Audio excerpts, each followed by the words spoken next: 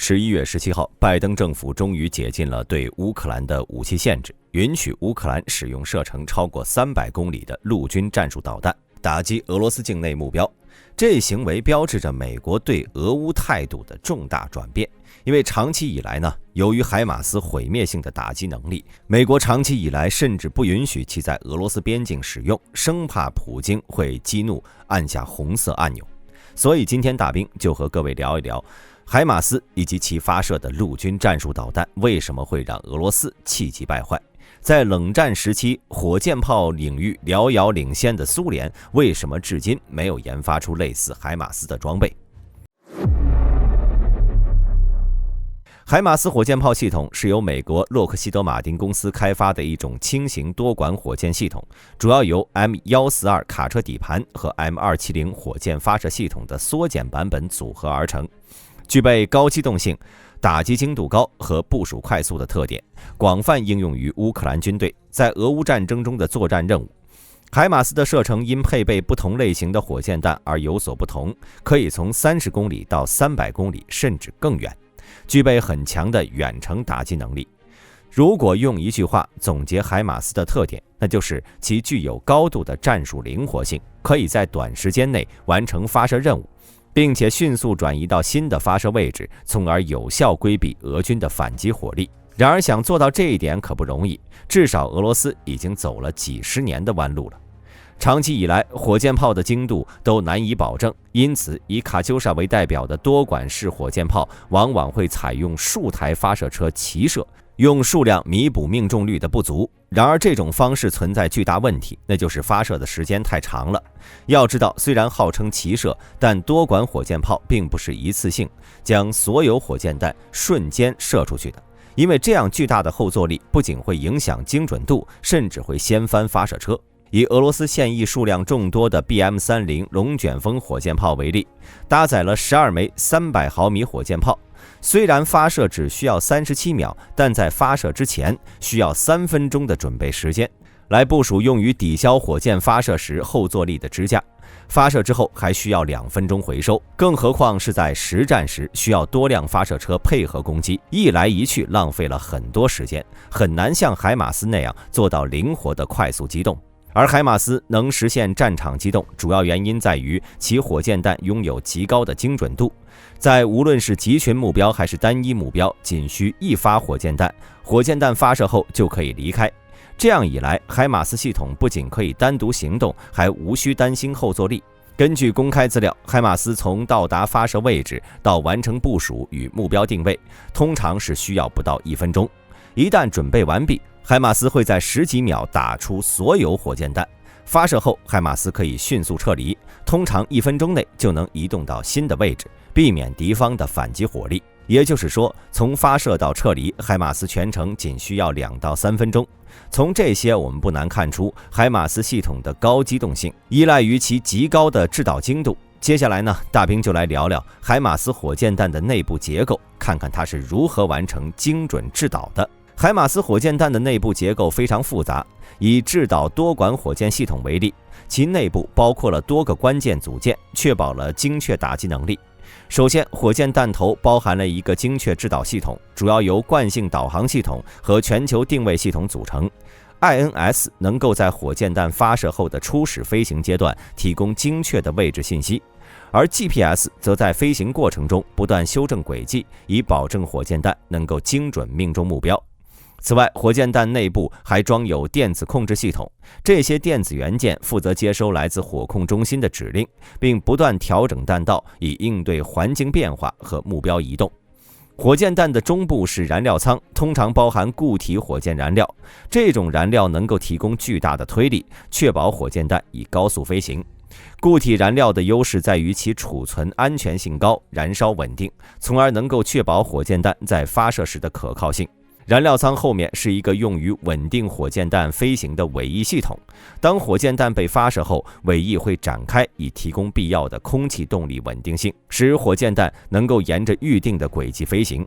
此外，海马斯火箭弹配备了可调节的推力矢量控制系统，能够根据导航系统的指令调整喷口方向，以进一步优化飞行轨迹。海马斯的精准打击能力主要依赖于其先进的火控系统和制导系统。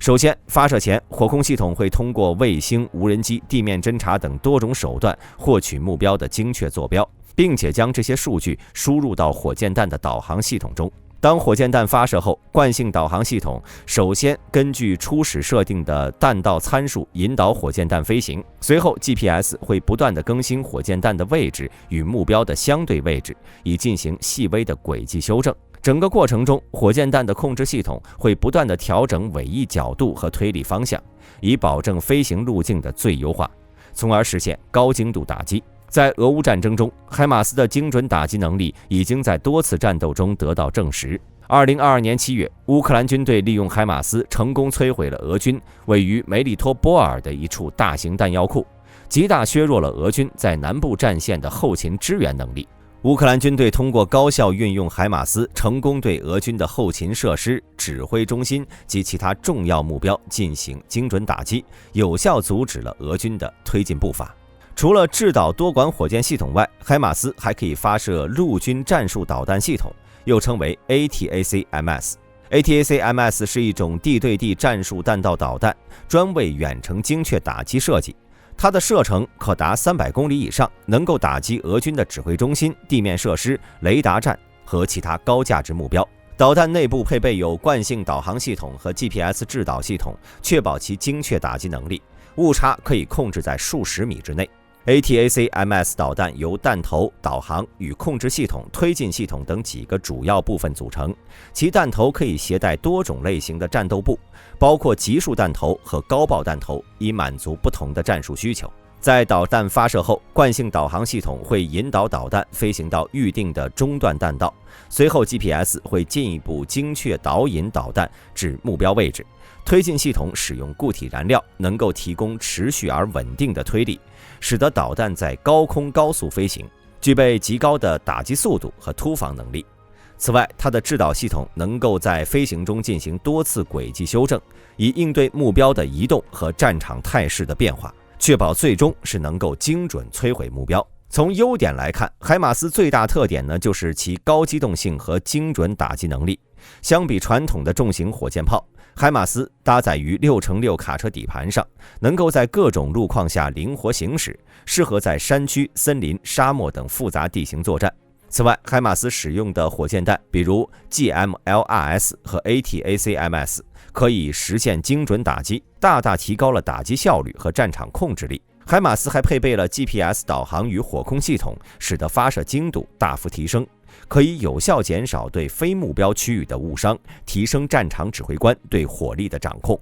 然而，海马斯也存在一些缺点的。首先，由于其系统较轻，发射平台相较于重型火箭炮来说，防护能力较弱，容易受到俄军火力攻击。虽然机动性高，能够减少被摧毁的风险，但面对密集的反火力环境，海马斯的生存能力还是有限的。例如，在俄乌战争中，第一辆有记录被摧毁的海马斯，就是因为操作员没有遵守开火规则，不仅在开阔地开火，而且进行过第一轮攻击后也没有变动位置，这才被俄军的无人机发现，随后遭到了俄伊斯坎德尔导弹的攻击。虽然俄军导弹精度较差，没有直接命中，但爆炸产生的弹片依旧引起了海马斯的讯爆。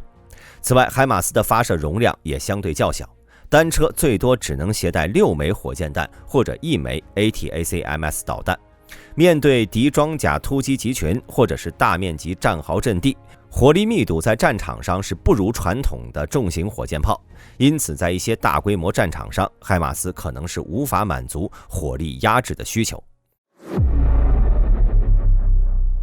当然，评判一款装备的好坏，最好还是将其和同类型武器做对比。比如海马斯火箭炮系统就常拿来与俄罗斯的多管火箭炮系统进行对比，尤其是 BM30 龙卷风和 9K51 冰雹等系统。俄罗斯的龙卷风火箭炮系统射程可达90公里，并且能发射多种类型的弹药，如集束弹、温压弹和燃烧弹，具备极强的毁伤能力和火力压制能力。BM30 的设计理念注重在短时间内通过高火力打击乌军大量目标，并通过饱和攻击达成火力压制。在进攻哈尔科夫地区时，俄军为了清除依托城市作为掩体的乌军，曾对包括沃夫昌斯克在内的乌军城市发动了大规模的火箭弹袭击。这些袭击摧毁了当地所有建筑，减少了乌军可以依托的巷战地形。海马斯与俄罗斯火箭炮系统在机动性方面也存在显著差异。俄罗斯的龙卷风火箭炮使用重型履带式底盘，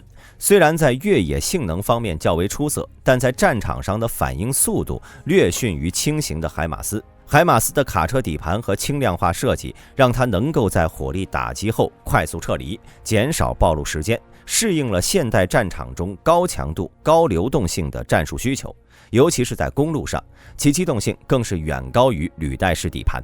在乌克兰战场上，乌军多次利用海马斯的快速反应能力，在打击俄军目标后迅速撤离，规避了俄军的反击火力。这样看来，类似海马斯的远程地面精准打击系统是现代战争中必不可少的一环。这时，想必有观众就会有疑问：俄罗斯人又不呆，既然知道这种武器不可或缺，为何不仿造一款类似的呢？想要知道这个问题的答案，我们就不得不再揭解俄罗斯的伤疤了。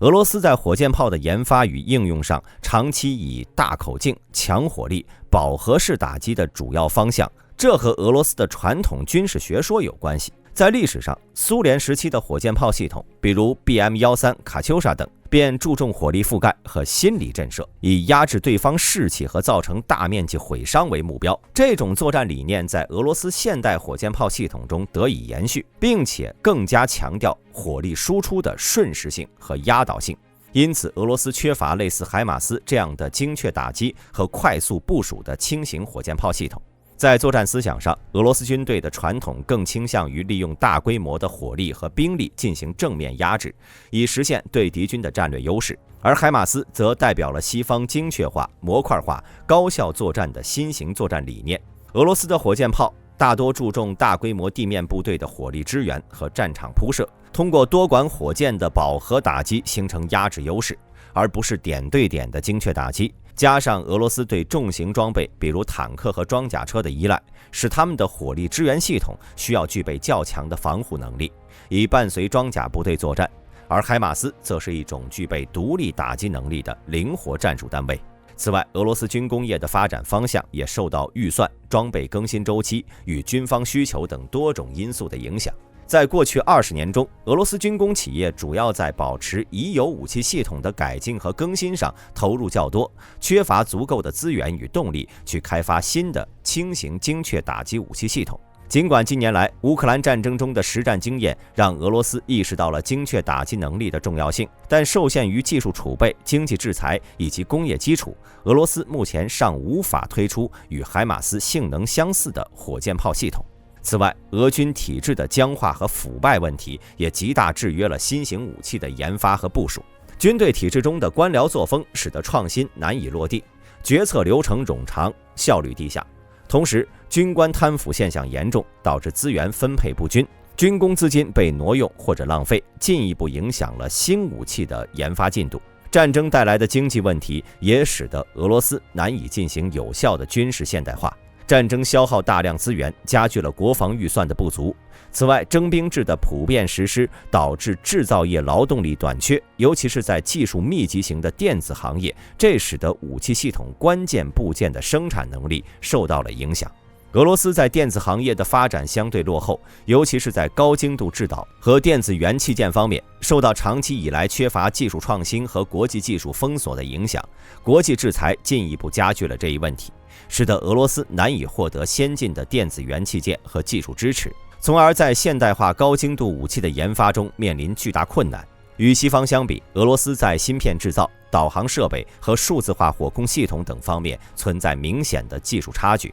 这导致了他们无法研制出类似海马斯这样精确灵活的火箭炮系统。综合来看，不是俄罗斯不想造，而是根本造不出来。知道了这一点，我们就能解释为什么俄罗斯会对美国解禁海马斯、攻击俄本土如此愤怒了。这不是在打俄罗斯身为五常之一、核武大国、世界第3军事强国的脸吗？大家对此有什么看法？欢迎在评论区留言讨论。我是大兵，我们下期再见。